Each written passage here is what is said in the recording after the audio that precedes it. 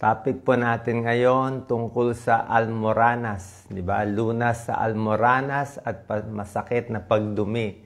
I'm sure marami sa inyo may ganitong problema.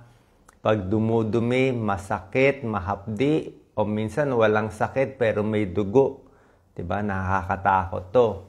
Tapos hindi lang almoranas ang problema sa pagdumi, meron din tinatawag na anal fissure. Yung matigas ang dumi mo masyado, napupunit, nasusugat dun sa may puwet natin. Napakasakit din ito. At yung iba, meron pang mga impeksyon na nagkakaroon dito. Okay, so ano gagawin natin? Kasi ang problema nga dito, yung pagdumi. Pag almoranas, ibig sabihin nito, para siyang varicose veins. Kung meron tayong maugat dito, meron tayong ugat sa paa, yung almoranas, namamaga din yung blood vessel dun sa rectal and anal area. So, lumalaki siya, tapos pag lumabas yung dumi natin, lalo na kung medyo matigas, dudugo. Minsan naman, may tao, kasama ko dito, problema ko to, kaya alam na alam ko. Minsan, takot ka na dumumi, di ba? Takot ka na dumumi kasi alam mong masakit o dudugo, pinipigilan mo. Pag pinipigilan mo lagi, nagiging masikip yung daanan sa puwet. Kaya ang tawag ng mga surgeon dito, tight anal sphincter. So, tight siya, masikip. So, hindi rin to maganda. Kasi lalo mo pinipigil, lalo sumisikip yung daanan. Kaya pag lumabas yung dumi, lalo ka masusuga. Dapat nga relax. Kaya lang paano mo nga re-relax kung dumudugo siya. Diba? So, yan. Mas mataas yung pressure. Kung ano yung problema sa almoranas, yan din ang problema sa hemorrhoids. Maraming may hemorrhoids. So, ano dahilan nito? Pwedeng namamana, pwede ka laging constipated, matigas dumi, or pwede rin yung nag-LBM. Kasi pag nag-LBM ka lagi, masakit din sa pagdumi. Mas overweight, mas mataba, mas may almoranas. Nagbuntis. Diba? Nagbuntis, ire ng ire. O nagbubuhat ng mabigat, di ba? Nagbubuhat lagi, ire ng ire, tumataas yung pressure. Okay? So, ano mga gagawin natin? Ano muna yung mga iiwasan natin? At ano yung mga gagawin para mabawasan yung pagdurugo o yung sakit sa almoranas? Okay? Number 1, bawal yung umiire ng matindi. Okay? Pag dumudumi tayo, sasabihin mo, dapat iire. Kaya lang, mas malakas mo iire, lalo na kung bigla-bigla mo siya iniire, pwedeng dumugo. Okay? Dapat mas relax ka dito. May technique yan Alam niya ng mga may almoranas. Parang dahan-dahan lang. Parang unti-unti. Diba? Unti-unti lang. Mas mabagal, dahan-dahan. Kung masusugat man, konti lang. O minsan, may technique pa akong ginagawa. Minsan, nakaupo ka na. Tapos, minsan, alam mo, yung dumi mo matigas, di ba? Pag may matigas, mamaya masusugat siya. So, minsan, may position na masusugat siya. So, gawin mo muna, minsan, nakaupo ka. Kung hindi pa naman lumalabas, tayo ka konti. Tayo, upo, tayo, iba-iba yung pwesto. Para medyo mag-iba yung, mag-adjust lang yung dumi. Para hindi lang magsakto doon sa lugar na nasusugat. Minsan, alam mo anong lugar na susugat? Kanan ba, kaliwa, harap, o likod? Diba? Mahirap naman yung lagi na susugat. So, minsan gano'n, daan-dahan, upo, tayo, pag di pa nag-umpisa, tapos unti-unti. Tapos pag nakalabas na yung una, medyo dumudulas na, tapos dahan-dahan. Huwag mong bibiglain. Kasi pag binigla mo, mapupunit. Pag pupunit, yung buong toilet bowl, dudugo yan. So, hindi maganda. Yung iba, gumagamit ng KY jelly. Pwede rin naman KY jelly, nilalagay doon sa may puwetan. Kaya lang, pwede rin naman. Minsan may tulong, pero minsan sa loob mismo. Kung matigas talaga yung dumi, kahit may KY jelly, hirap din. Number 2, iwas sa constipation. Pag mas matigas ang dumi, syempre, mas may chance tumugo. Ano gagawin natin? So, gulay marami. Okay? Mas maraming kakainin mong kangkong gulay, okay yan. Maraming gulay. Medyo mas buo ang dumi, mas madali. Pero kung gulay lang mag-isa, medyo solid pa rin Kahit yung iba umiinom ng fiber supplement. Ako, nakatry na ako fiber supplement. Parang hindi sapat na fiber supplement lang. Kasi pag fiber supplement, malaki pa rin siya. Pwede pa rin dumugo. Mas gusto ko yung prutas. Itong mga 4-piece na prutas.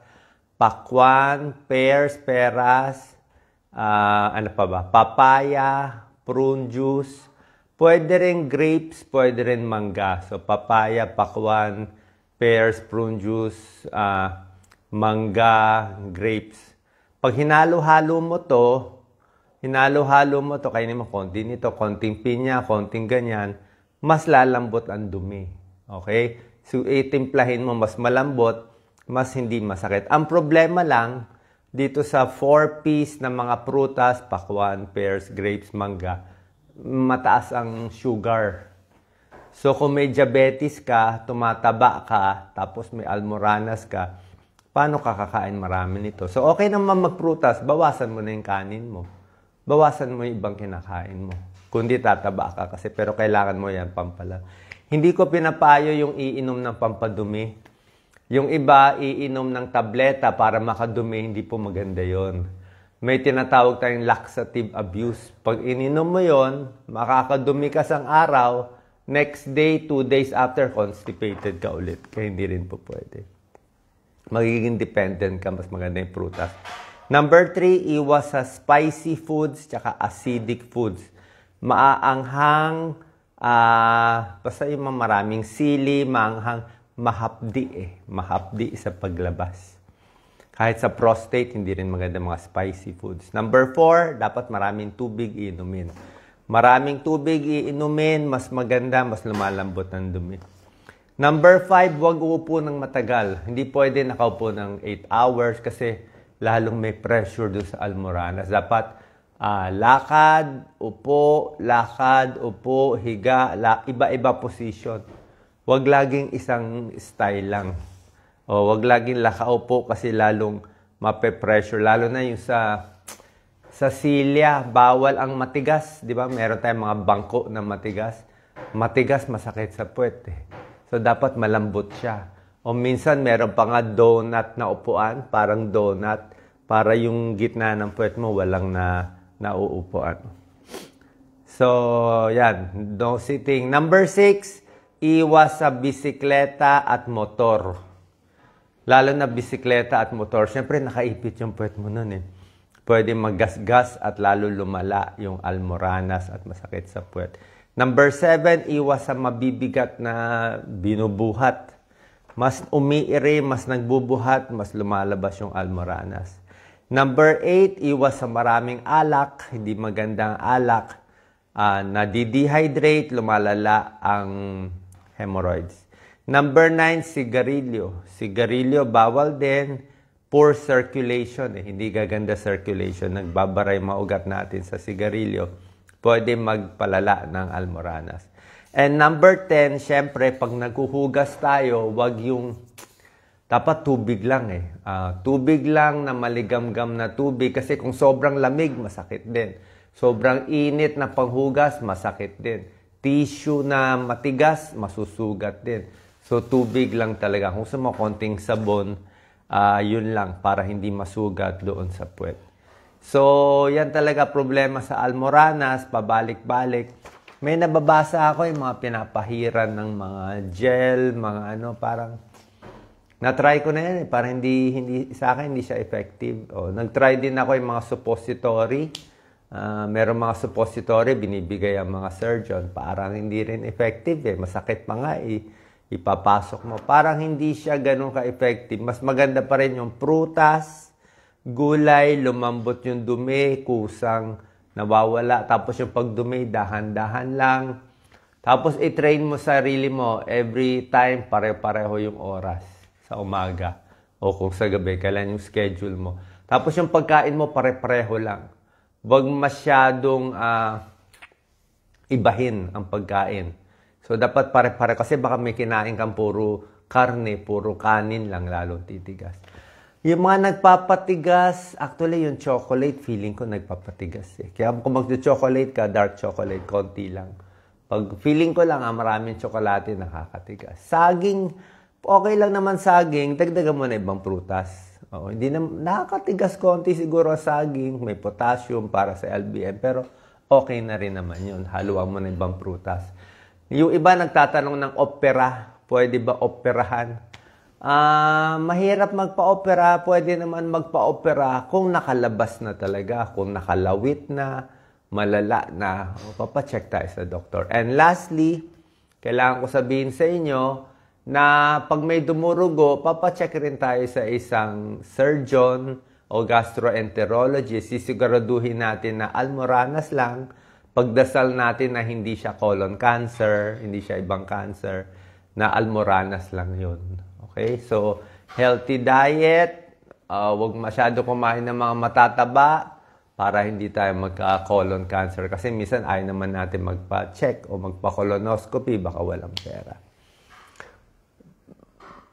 May nagtatanong, siya naman daw walang dugo pero nakausli sa puwet niya. Almoranas yun. Baka nanganak ka na, may nakausli almoranas. Basta hindi dumudugo, okay lang.